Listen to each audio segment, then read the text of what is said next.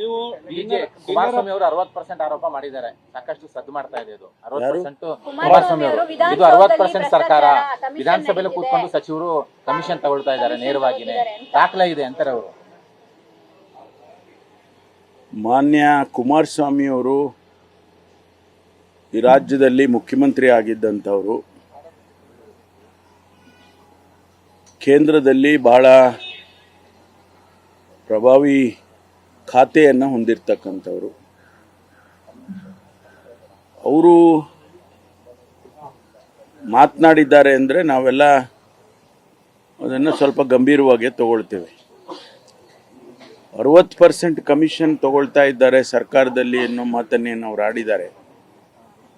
ಅದು ಮುಖ್ಯಮಂತ್ರಿಗಳಾಗಲೇ ಈಗ ಅದನ್ನು ಡಿನೈ ಮಾಡಿದ್ದಾರೆ. ಮತ್ತು ನೀವು ಏನು ಹೇಳ್ತಾ ಇದ್ದೀರಾ ಅದಕ್ಕೆ ಪುರಾವೆಗಳಿದ್ದರೆ ಕೊಡಿ ಅಂತ ಹೇಳಿದ್ದಾರೆ.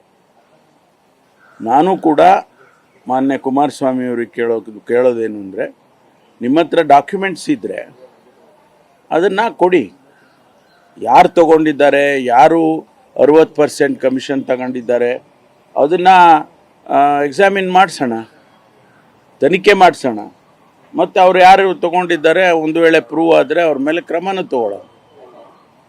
ಸುಮ್ಮನೆ ಗಾಳಿನಲ್ಲಿ ಗುಂಡು ಹೊಡೆಯೋದು ಬೇಡ. ನಿಮ್ಮ ಹತ್ರ ಡೆಫಿನೆಟ್ಟು ಪ್ರೂಫ್ ಇದ್ದರೆ ಅದನ್ನು ಕೊಡಿ ಅಲ್ಲ. ಈಗ ಕೆಂಪಣ್ಣವರು ನಾವು ಯಾರು ಹೇಳಲಿಲ್ಲ. ಮೊದಲು ಕೆಂಪಣ್ಣವ್ರು ಹೇಳಿದ ಮೇಲೆ, ಪ್ರಧಾನಮಂತ್ರಿಗಳಿಗೆ ಅವ್ರು ಪತ್ರ ಬರೆದ ಮೇಲೆ, ಸ್ಪೆಸಿಫಿಕ್ ಕೇಸಸ್ಗಳು ಹೇಳಿದ ಮೇಲೆ ನಾವು ಅದನ್ನು ಸಾರ್ವಜನಿಕವಾಗಿ ಮಾತನಾಡೋದಕ್ಕೆ ಶುರು ಮಾಡಿದೆವು. ಆ ರೀತಿ ನಿಮ್ಮ ಹತ್ರ ಏನಾದರೂ ಇದ್ದರೆ ಅದನ್ನು ಸ್ಪೆಸಿಫಿಕ್ ಆಗಿ ಹೇಳ್ಬೋದಲ್ಲ. ಅದನ್ನು ನಾವು ಖಂಡಿತವಾಗಿ ಸೀರಿಯಸ್ ಆಗಿ ತಗೊಳ್ತೀವಿ. ಒಂದು. ಎರಡನೇದು, ನಾನು ಕುಮಾರಸ್ವಾಮಿ ಅವರಿಗೆ ನಾನು ವೈಯಕ್ತಿಕವಾಗಿ, ಯಾಕಂದರೆ ನಾನು ಅವ್ರ ಜೊತೆಯಲ್ಲಿ ಕೆಲಸ ಮಾಡಿದ್ದೀನಿ. ಅವರು CM ಇದ್ದರು, ನಾನು ಡೆಪ್ಯೂಟಿ CM ಇದ್ದೆ ಕೋಲಿಷನ್ನಲ್ಲಿ.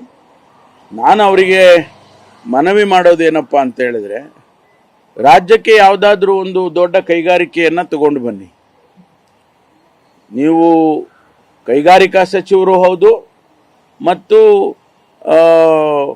ಏನಿದು ಮೈನಿಂಗ್ ಇದೇನದು ಸ್ಟೀಲ್ ಮಂತ್ರಿ ಕೂಡ ಹೌದು. ಹಾಗಾಗಿ ನೀವು ಇಲ್ಲ ಸ್ಟೀಲ್ ಫ್ಯಾಕ್ಟ್ರಿ ತರ್ತೀರಾ, ಇಲ್ಲ ನೀವು ದೊಡ್ಡ ಯಾವುದಾದ್ರೂ ಒಂದು ದೊಡ್ಡ ಫ್ಯಾಕ್ಟ್ರಿಯನ್ನು ತರ್ತೀರಾ, ನಿಮ್ಮ ಪ್ರಭಾವವನ್ನು ಅಲ್ಲಿ ಬಳಸಿ ಕೇಂದ್ರದಲ್ಲಿ ಪ್ರಧಾನಮಂತ್ರಿಗಳಿಗಾಗ್ಬೋದು ಅಥವಾ ಬೇರೆ ಯಾರಿಗಾದರೂ ಆಗ್ಬೋದು, ನೀವು ತಗೊಂಡು ಬಂದರೆ ನಿಮ್ಮ ಹೆಸರು ಶಾಶ್ವತವಾಗಿ ಕರ್ನಾಟಕದಲ್ಲಿ ಉಳಿಯುತ್ತೆ.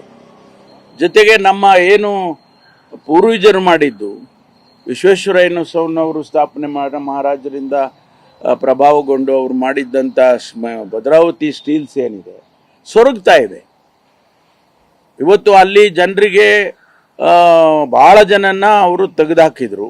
ಆ ಫ್ಯಾಕ್ಟ್ರಿ ಮುಚ್ಚುವಂಥ ಸ್ಥಿತಿಯಲ್ಲಿದೆ, ಅದು ಪರ್ಮನೆಂಟಾಗಿ. ಅಂಥದ್ದನ್ನು ನೀವು ಏನಾದರೂ ಮಾಡಿ ಅದನ್ನು ರೆಜುವಿನೇಟ್ ಮಾಡಿ, ಸಾವಿರಾರು ಜನರಿಗೆ ಕೆಲಸ ಕೊಡೋಂಗೆ ಮಾಡಿ, ಮತ್ತು ಬೇರೆ ಬೇರೆ ಹೊಸ ವಿಚಾರಗಳಿದ್ದಾವೆ. ಏನು ಹಿಂದಿನ ಏನೋ ಸ್ಟೀಲ್ ಮ್ಯಾನುಫ್ಯಾಕ್ಚರಿಂಗ್ ಆಗಬೇಕು ಅಂತಿತ್ತಲ್ಲ, ಅದೇ ಇರಬೇಕು ಅಂತೇನಿಲ್ಲ.